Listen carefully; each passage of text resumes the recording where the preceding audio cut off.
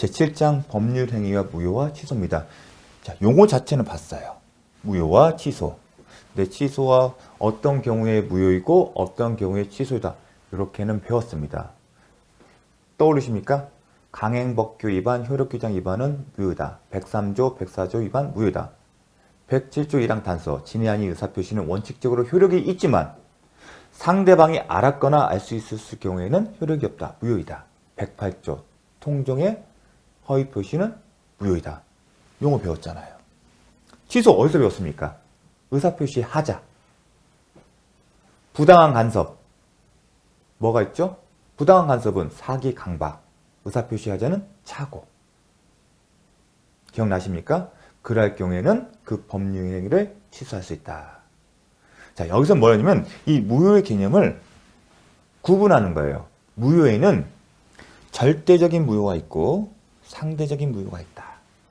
그 무효에는 확정적 무효가 있고 유동적 무효가 있다. 근데 우리가 이미 한 번씩은 언급이 됐어요. 먼저 확정적 무효는 뭐였죠? 법률행위가 효력이 발생되지 않는 것이 확정되어 있는 거예요. 예컨대 강행법규 위반, 아니면 효력규정 위반, 103조 위반, 104조 위반, 108조 위반. 그는 무효가 확정된 거예요. 하지만 유동적 무효는 뭐였죠? 일단 무효이지만 추후에 일정한 요건이 충족되면, 예컨대 추인을 하게 되면 소급적으로 유효로 되는 거예요. 우리가 배웠죠? 무권대리 행위.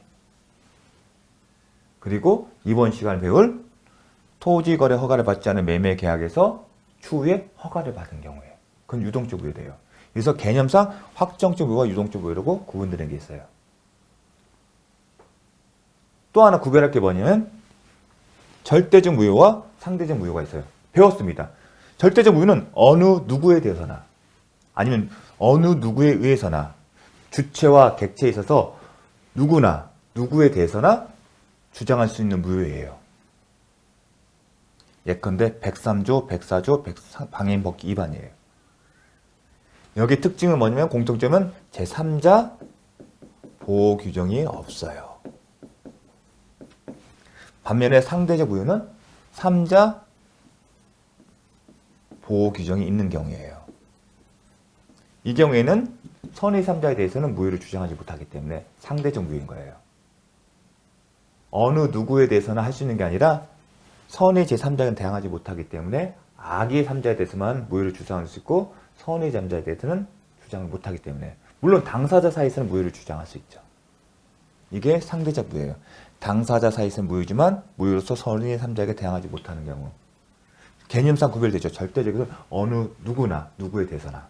그래서 강행법규, 절대적 무효의 경우에는 강행법규 위반은 절대적 무효죠. 따라서 위반한 자 스스로도 무효를 주장할 수 있습니다. 이런 표현이 맞는 지문이에요. 헷갈릴 수 있어요. 근데 절대적 무효이기 때문에 어느 누구에 대해서나 아니면 어느 누구에 의해서나 주장할 수 있다. 이런 표현을 구체적으로 이렇게 예시를 하게 되면 이런 표현이 가능한 겁니다. 무효의 개념을 이렇게 구분하는 거. 시험은 딱 요 지문 하나 기억하시면 될 겁니다. 근데 기본적으로 이런 무효 개념이 이렇게 나눠지는구나 아셔야 합니다. 유동적 무효과 관련해서는 제가 3가지 기억하라고 했죠. 무권대리 행위, 무권리자의 처분 행위, 그 다음에 토지거래 허가를 받지 않은 매매계약입니다. 그래서 오늘은 지금은 이제 국토의 계획 및 이용에 관한 법률, 국계법이라 할 겁니다. 국계법에 정한 토지거래 허가를 받지 않은 매매계약의 효력에 대해서 살펴본 겁니다. 자, 강남에 아파트 살려면 토지거래 허가를 받아야 합니다. 왜냐하면 국계법에 있습니다. 허가를 받지 않는 매매계약은 효력이 없다 이렇게 나와요. 허가를 받지 않은 매매계약은 효력이 없다. 그럼 이 효력이 없다를 무효예요. 효력이 없다는 것은 무효예요. 명확해요. 근데 이 무효를 절대적 무효로 볼지 아니면 상대적, 유동적, 확정적 무효로 볼지 확정적 무효로 볼지 아니면 유동적 무효로 볼지 쟁점이 된 거예요. 법문에는 효력이 없다 이렇게만 나와요. 근데 무권대리행위 추인할 때는 본인의 추인에 있으면 효력이 발생한 것처럼 유동적 무효에 근거 단서가 있어요. 하지만 효력이 없다. 이렇게 말하지 허가를 받으면 어떻다 이런 얘기가 없어요. 그래서 이렇게 쟁점이 된 거예요. 이걸 확정적 무효로 볼지 유동적 무효로 볼지를 쟁점이 된 거예요. 그리고 거래 현실을 근데 이러한 어떤 판단을 기준할 때 거래 현실을 고려했습니다. 대법원이. 과연 이 토지거래 허가 구역 내에서 매매계약이 어떻게 이루어지는지도 고려했습니다. 그걸 고려해서 이제 유동적 무효를 답을 내린 거예요. 그럼 확정적 무효냐 유동적 무효니 기준이 딱 정해지는 게 아니에요. 이런 경우는 절대적 무효로 보고 이런 경우 유동적 무효다. 그런 기준이 없어요. 거래 현실에 비춰봤을 때 절대적 무효로 확정적 무효로 보는 것보다는 유동적 무효로 보는 게 거래 현실에 부합된다. 그렇게 결론을 낸 겁니다. 그럼 거래 현실이 어떠냐? 그거는 이제 참고 삼아 알아야 할 거예요. 우리가 토지거래 허가 구역 내 매매계약이 어떻게 이루어지는지를 경험하신 분도 있고 없는 분도 있을 겁니다. 아무것도 모르시는 초보자 같은 경우는 매매계약서를 그럼 언제 쓸지를 먼저 생각해 보십시오. 공인중개사무실에 가서 잠실에 있는 아파트를 사겠다고 했어요. 토지거래 허가 구역이에요. 그럼 토지거래 허가는 관할구청에 신청을 하는 거예요. 허가 신청서를. 양당사 신청서는 양당사자 이름으로. 팔고 싶은 사람, 사고 싶은 사람 이름으로 해요. 그래야만이 계약에 이제 효력이 발생하는 거예요. 그러면 계약서는 언제 쓰지? 허가를 먼저 받고 해야 하나? 허가를 받고서 신청을 하는 거예요. 구청에. 그런 다음에 허가가 나오면 그때 가서 매매계약서 쓰는 건가? 이게 출발점이에요. 근데 매매계약서를 쓰지 않고 먼저 허가 신청서를 내는 게 가능할까? 왜냐하면 허가는 받은데 나중에 마음이 바뀔 수도 있잖아요. 없던 걸로 하자. 처음에는 야 허가 받으면 이 조건에 이렇게 하자 말로 하는 거예요. 그런데 그 사이에 허가 신청서를 내고 허가를 받는데 시간이 걸리는데 그 사이에 급등해요. 그럼 마음이 바뀔 수도 있잖아요. 가격이 오르거나 아니면 가격이 다운되게 되면 각자 유리한 입장에서 말을 번복할 수가 있어요. 그러니까 허가 신청을 먼저 하고 나중에 허가를 받는 계약서 쓴다는 게 현실에는 부합하지 않은 측면이 분명히 있습니다. 그렇다 보니 현실에서는 어떻게 이루어지냐면 대부분이 계약서를 먼저 써요. 매매 계약서를 써요. 보통의 계약서처럼. 계약금도 줘요. 추가되는 게 뭐냐면 토지거래 허가 받는 것에 적극 협력한다. 이 얘기는 뭐냐면 신청서 제출할 때 도장 찍어달라는 겁니다. 첨부서 인감도장 첨부해주고. 당연히 매도인 쪽의 협력을 구하는 거죠. 매수인도 마찬가지고. 야 우리 계약서 쓴 다음에 그런 다음에 좀 더 추가를 하게 되면 이러한 협력을 신청하는 것에 협력하는 의무에 위반됐을 때 뭐 손해배상 같은 거 아니면 또 추가하게 되면 허가를 받지 못하는 경우에 이 계약의 운명들 그런 것들을 이렇게 기재하는 거예요. 계약서를 씁니다. 계약금 계약도 하고요. 또 계약금을 지급해요. 그래서 허가도 받지 않은 상태에서 계약서도 쓰고 돈도 줘요. 그렇기 때문에 이 계약의 효력을 어떻게 볼지가 쟁점이 되는 거예요. 그런데 법에는 허가를 받지 않기 때문에 효력이 없다는 거예요. 만약 이게 확정적 무효라면 이 사람들은 계약서를 썼다 하더라도 나중에 다시 써야 돼요. 물론 이제 무효행위 추이라는 게 존재하지만 다시 쓰는 번거로움이 있는 거예요. 그런 어떤 거래 현실들. 또 하나 이런 것도 있어요. 나중에 매매계약 파트에서 보겠지만 매매계약과 계약금 계약은 별개예요. 단지 계약서 안에 편의상 하나로 쓰는 거지 원칙적으로는 매매계약서 따로 쓰고 계약금 계약서 따로 써야 돼요. 근데 어차피 계약금 계약서가 이거를 합친 거예요. 하나의 계약서에 같이 넣는 거예요. 그러니까 매매계약과 계약금 계약은 별개입니다. 나중에 임대차 계약과 임대차 보증 계약도 별개예요. 다만 계약서에 한 장 쓰는 거예요. 그래서 법리에서는 매매계약과 계약금 계약을 두 개를 주종관계에 있다고 해요. 주종관계에 있다. 이건 부수적이다. 그 얘기는 뭐냐면 매매계약이 무효이면 계약금 계약도 무효다. 논리적으로. 그런 표현들이 나와요. 그러면 우리가 그 논리에 따르면 매매계약도 그러면 계약금 계약도 무효가 되네? 계약금 계약이 무효라는 얘기는 계약금 계약이 유효했을 때는 그 뭐죠? 일방적으로 당사자 일방이 이행 착수할 때까지는 수령자는 배액을 상환하고 지급자는 포기해서 계약을 일방적으로 해지할 수 있는 권한이 있어요. 약정 해제권이거든요. 나중에 배우겠지만. 그러한 효력이 없다는 거예요. 그 얘기는 뭐냐면 이 계약서는 쓰나 마나하다는 얘기예요. 계약서는 썼지만 계약서를 쓰는 이유는 말만을 못 믿기 때문에 일정한 구속력을 주고 싶은 거예요. 계약을 함부로 깨지 못하게 만드는 거예요. 그래서 계약금 계약했는데 그 논리에 따라 가게 되면 확정적 무효가 되게 되면 이 계약도 무효가 돼요. 계약금 계약도요. 그런 어떤 논리적인 문제점이 발생합니다. 그래서 여러 가지 거래 현실에 반영해서 이거는 확정적 무효가 아니라 유동적 무효로 취급하게 되는 겁니다. 유동적 무효로 하게 됨으로써 논의 실익은 크게 계약금 계약 자체가 효력이 발생하는 거예요. 매매 계약 자체는 아직 효력이 발생하지 않지만 계약금 계약은 여전히 효력이 발생해서 즉 확정적 무효했을 때 계약금 계약 또한 무효다는 그 논리를 피해 나가는 겁니다. 근데 논리적으로 이게 딱 와닿진 않아요. 어떤 거래 현실을 반영하기 위해서 하다 보니 제가 드리고 싶은 설명은 거예요. 법에서는 허가를 받지 않는다, 효력이 없다고 딱 한 줄만 나왔지 더 이상 아무 내용이 없어요. 그런데 거래 현실은 그 조항만 갖고는 해결할 수 없는 문제가 많아요. 만약에 계약의 당사자인 매도인과 매수인이 법지식이 많아서 모든 경우를 대비해서 답을 써놨다면 그 계약에 따르면 돼요. 하지만 현실은 그렇지가 않아요. 왜냐하면 공인중개 사무실을 통했기 때문에 세세하게 쓰지 않아요. 그렇다 보니 거래 현실과 논리를 섞는 경우가 많습니다. 그래서 일관되게 어떤 논리적으로 설명되지 않습니다. 그 얘기를 하는 이유는 결국은 암기예요. 그 배경은 거래 현실에 벌어졌을 때 이렇게 해결하는 게 합당하다는 겁니다. 결과론을 면에서 이론적이 아니라 그런 측면이 유동적 국계법 위반의 국계법의 특징입니다. 그래서 그런 부분을 시험에 내는 거예요. 거래 현실을 반영을 해서.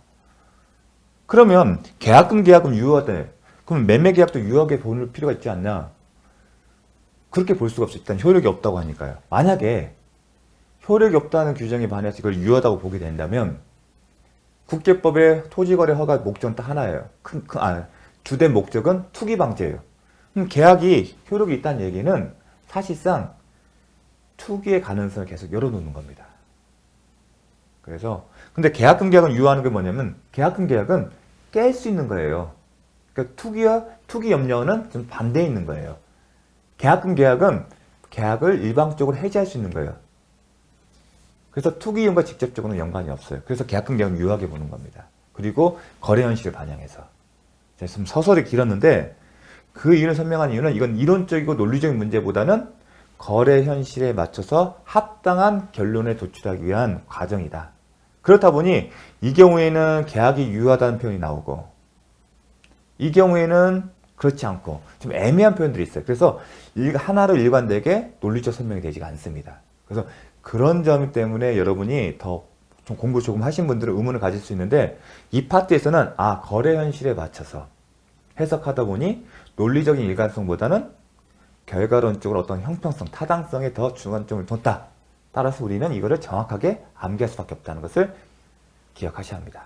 그래서 그런 것을 강조를 하면서 한번 살펴보겠습니다. 자, 그러면 본격적으로 내용을 살펴보도록 하겠습니다. 출제 유형은 박스형과 선택형인데 대부분 박스형이 출제가 많아요. 그리고 33회, 33회, 26회, 30회.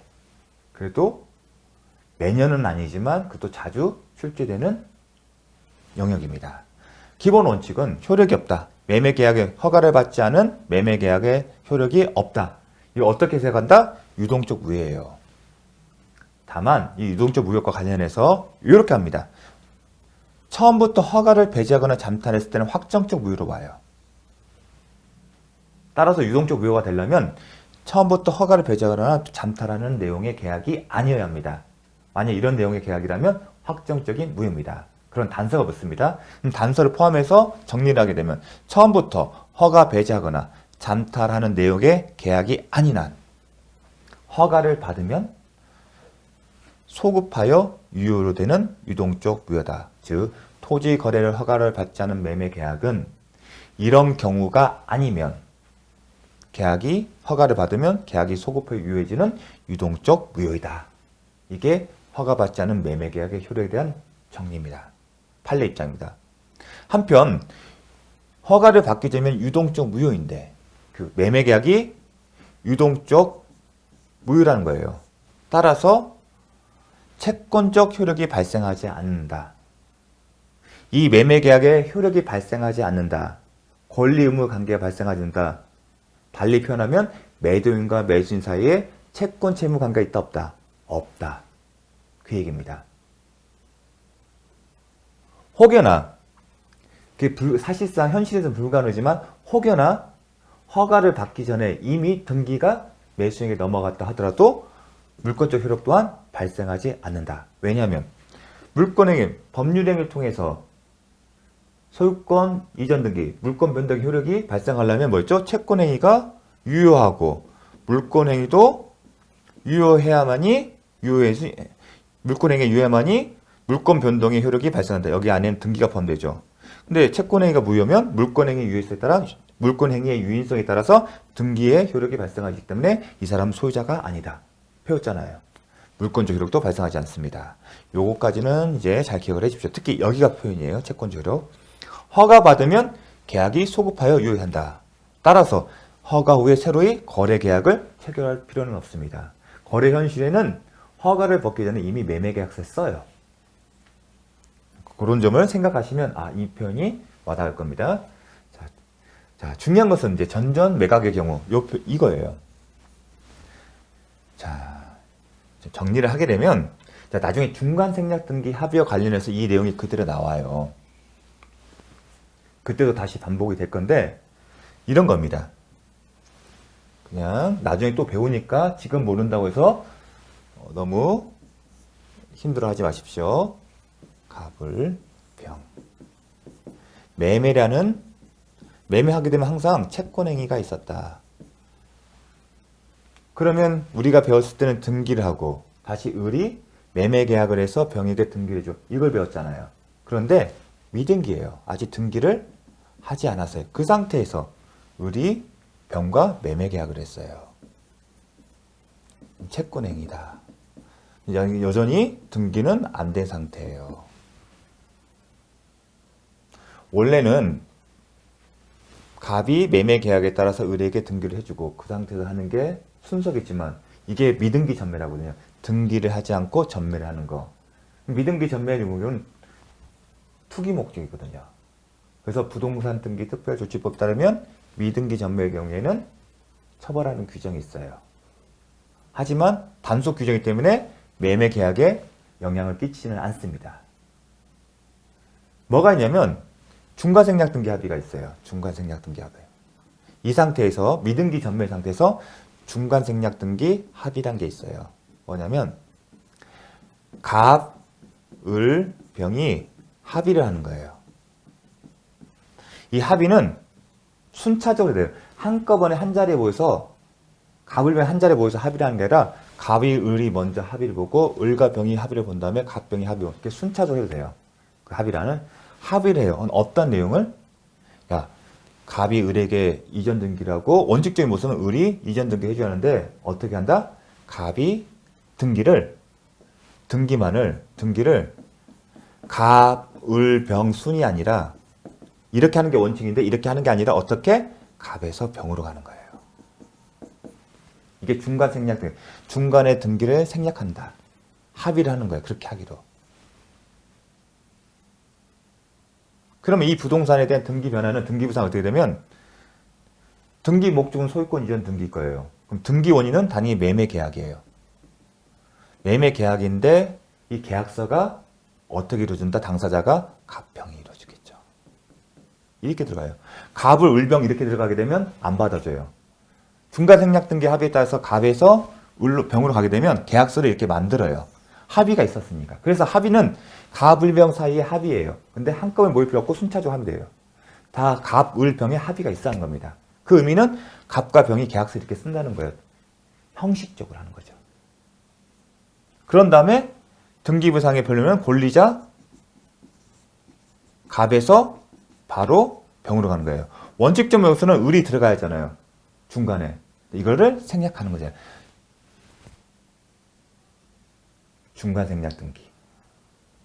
그래서 이런 합의 자체를 그러면 특별법 조치법에서는 이걸 하지 말라고 했어요. 그럼 충돌되잖아요. 법 규정하고 충돌되네? 그럼 떠오르는 게 뭐냐면 이 법규의 성격이 뭘까? 만약에 강행 법규면 이런 합의 자체 효력이 있다 없다? 없다. 그런데 대법원 판례는 단속 법규 때문에 이 합의 자체에 영향 끼친다? 영향 끼치지 않는다. 즉 유효하다는 겁니다. 이게 중과생략 등기 합의예요. 나중에 정말 다시 한번 볼 겁니다. 요 정도. 원래는 가불병 가는데 가불병이 합의를 본다. 그 합의는 순차적으로 가능하다. 그 의미는 현실에서 갑에서 병으로 바로 등기를 해주는 거예요. 그러면 우리가 생각하면 계약서에 갑과 병일 썼잖아요. 계약서를 제출을 이렇게 해야 돼요. 갑에서 직접 병으로 가려면 계약서가 등기원이 매매계약이면 매매계약서 제출해야 돼요. 등기소에. 그러면 갑을 사이에 지금 계약서는 매매계약서는 갑을 을병 사이에 있는 거잖아요. 원래는요. 중과생략 등기 합의를 하면서 요걸 쓰게 돼요. 형식적으로요. 그러면 이런 계약서를 쓴 걸 봤을 때 쟁점이 하나 있어요. 중간생략 등기를 합의를 했다는 것은 가물병 사이의 매매계약 체결에 합의를 본 건 걸까? 하고 쟁점이 생겨요. 매매계약서 냈으니까 가불병 사이에 매매계약서 쓴 건 아닐까? 만약에 가불병 사이 매매계약서라면 기존에 가불 사이의 매매 사이, 을병 사이 매매계약은 운명은 어떻게 되지? 이 중간생략 등기 합의했을 때 갑병이 매매계약서 제출하게 되면 갑병 사이에 매매계약이 있는 것으로 보고 기존의 갑을과 을병 사이 매매계약은 없던 걸로 되는 걸까? 이런 것들이 쟁점이 된 거예요. 충분히 생길 수 있는 논의입니다. 근데 그 논의의 결과에 따라서 달라지는 게 많아요. 중간생략 합의는. 근데 이게 되게 중요해요. 이해를 위해서는. 그런데 대법원 판례는 어떻게 하냐면 이런 합의가 있다고 해서 갑병 사이에 그리고 등기 원인으로서 매매계약서에 갑병이라고 썼다 하더라도 갑병 사이에는 매매계약이 체결된 것을 보지 않습니다. 이거는 단지 형식적인 거다. 등기를 올직적으로 갑을병을 해야 하는데 합의에 따라서 갑에서 직접 병으로 중간을 생략하고 이행하는 거에 보통 편의성을 위해서 단지 제출한 것 뿐이지. 그게 표현이다. 이행의 편의를 위한 거지. 더 나아가 갑을병사의 중과생략 등기 합의가 있다고 해서 갑병사의 매매계약이 체결된 것은 아니라는 겁니다. 그 의미가 뭐냐면 여전히 중간생략 등기 합의가 있다 하더라도 갑을 사이에 을병 사이의 매매계약은 여전히 살아있다는 거예요. 매매계약이 살아있기 때문에 이 둘 사이에 아직 계약의 급부이행의 문제가 남아있으면 이행을 해야 하는 거고 여전히 을병 사이의 매매계약의 효력에 따라 급부이행의 문제가 남으면 할 수가 있는 거고 만약에 상대방이 급부이행을 하지 않으면 계약도 해지할 수 있는 겁니다. 그게 있는 거예요. 그 표현 자체. 이행의 편의를 위한 것 뿐이지 실질적으로 갑병 사이 매매계약이 체결되지 않았다. 그 얘기는 여전히 이 계약이 살아있다는 거예요. 단지 이런 합의에 따라서 갑에서 직접 병으로 등기를 하는 거에 형식적인 편리성, 이행의 편리를 위해서 만든 것에 불과하다. 그런 표현을 넣는 겁니다. 그 단어가 중요한 거예요. 나중에 또 배울 겁니다. 근데 이게 원칙적인 모습인데 지금은 뭐죠? 토지거래 허가 구역이잖아요. 토지거래 허가 구역이면 뭐가 첨부돼야 돼요? 이 계약과 관련해서 뭐가 첨부돼요? 허가를 받아야 하잖아요. 허가를 받아야 돼요. 허가를 받아야만이 효력이 발생하기 때문에 우리가 중과생략 등기 합의할 때 포맷은 이거예요. 근데 토지거래 허가 국계법이 적용되면 허가를 받아야 돼요. 이 허가는 뭐 정했죠? 갑을 매매계약을 전제해서 허가가 있어야 하고 을, 병 사이에 매매계약을 적용해서 허가를 받아야 돼요. 허가는 갑을 매매계약을 전제로 그 다음에 을, 병 전제로 허가를 받아서 넘겨야 돼요. 그런데 미등기 전매 상태에서 뭐가 있었다? 중간생략 등기 합의가 있는 거예요. 병 사이에 중간 생략 등기 합의가 있는 거예요.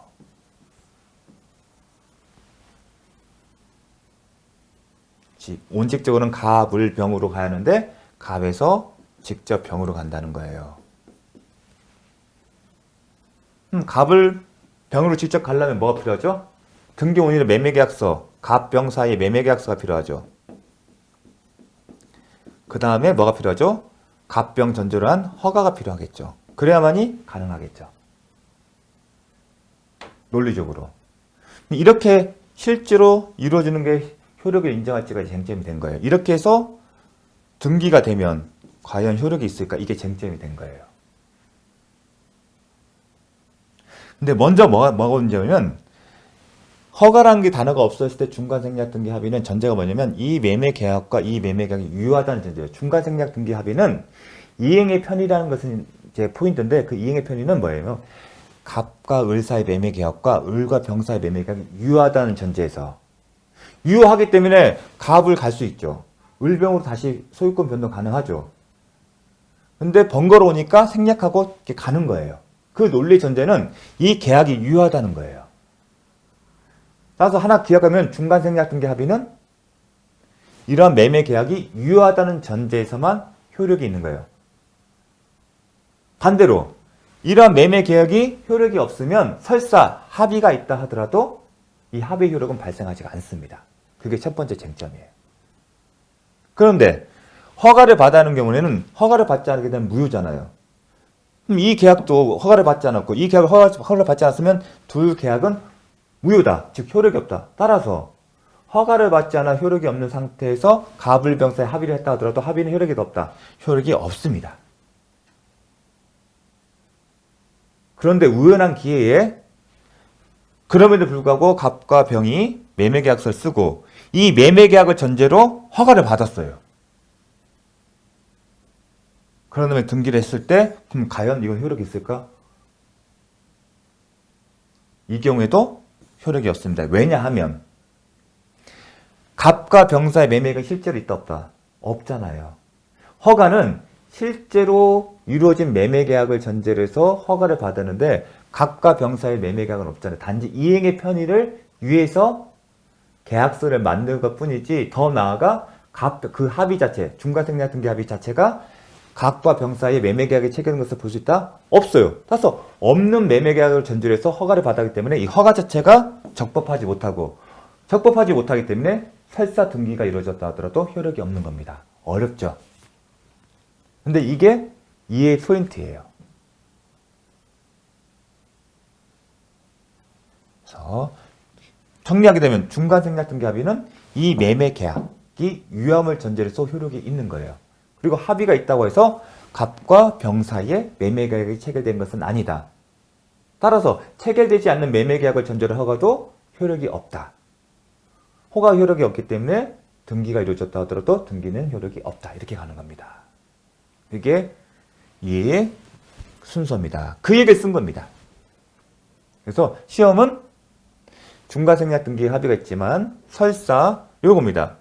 갑을병에서 최종 매수인이 병이 최초 매도인을 매매 당사자라는 토지 허가를 받아 최종 매수인 앞으로 소유권 이전 등기를 격려하더라도 그러한 소유권 이전 등기는 적법한 토지거래 없이 이 얘기는 허가는 실제 체결된 매매 계약을 전제로 해서 허가를 받았는데 갑사의 병 계약은 실제 체결된 바가 없다. 그래서 체결되지 않는 계약을 전제로 허가를 받은 거기 때문에 적법하지 않다. 적법하지 않기 때문에 등기도 무효이다. 이렇게 한 겁니다. 최종 매도인과 최종 매수인 사이에 매매 계약이 체결된 적이 없었기 때문에 토지 거래는 적법하지 않기 때문에 등기도 무효이다. 그렇게 나가는 겁니다. 시험에 잘 나왔습니다. 앞으로도 나올 겁니다. 그러면 나중에 앞부분이 이제 나올 거예요. 다시 한번 지금 한번 읽어볼게요. 토지 거래 허가 구역 내 토지가 이건 토지 거래 허가 구역 내 토지예요. 관할 관청에 허가 없이 점점 매매되고 아까 설명했죠. 갑을병으로 그 당사자들 사이에 최초 매도인으로부터 최종 매수인 앞으로 직접 소유권 이전 등기를 격려하기로 하는 이걸 뭐라고 한다? 중간 생략 등기에 합의가 있는 경우. 이게 없는 경우와 이게 있는 경우 구분해야겠죠. 지금은 토지거래 허가 구역 내 토지예요. 그리고 관할 관청의 허가 없이 전전 매매되는 케이스였어요. 그런 경우에 중간생략 등기 합의란, 여기서 합의란 부동산이 전전 매도된 경우 각 매매 계약이 유효하게 성립함을 전제로 본래 중간생략 등기 합의란 각각 가, 을, 병 사이에 이때의 매매 계약이 유효하게 성립함을 전제로 그 이행의 편의상 등기는 원래 가을 병을 했는데 합의를 통해 편의상 직접 이렇게 중간에 생략하고 직접 한다는 겁니다. 이게 이행의 편이에요.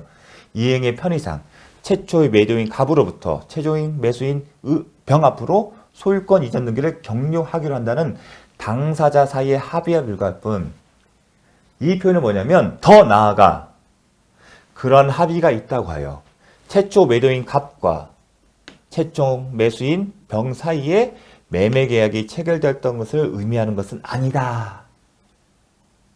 이게 이행의 편의에 불과하다는 얘기는 더 나아가 매매 계약이 체결된 것은 아니다고 이 부분이 이제 강조되는 겁니다. 따라서 최종 매수인은 병은 최초 매도인에 대하여 직접 그 토지에 관한 토지거래 허가 신청 절차에 협력 의무 이행 청구권을 가지고 있다고 할 수 없으며, 무슨 얘기냐면 토지거래 허가 구역 내에 있어서는 매매 계약의 경우에는 매수인과 매도인은 관할 관청에 신청할 의무가 있어요. 그럼 혀로 협력할 의무가 있어요.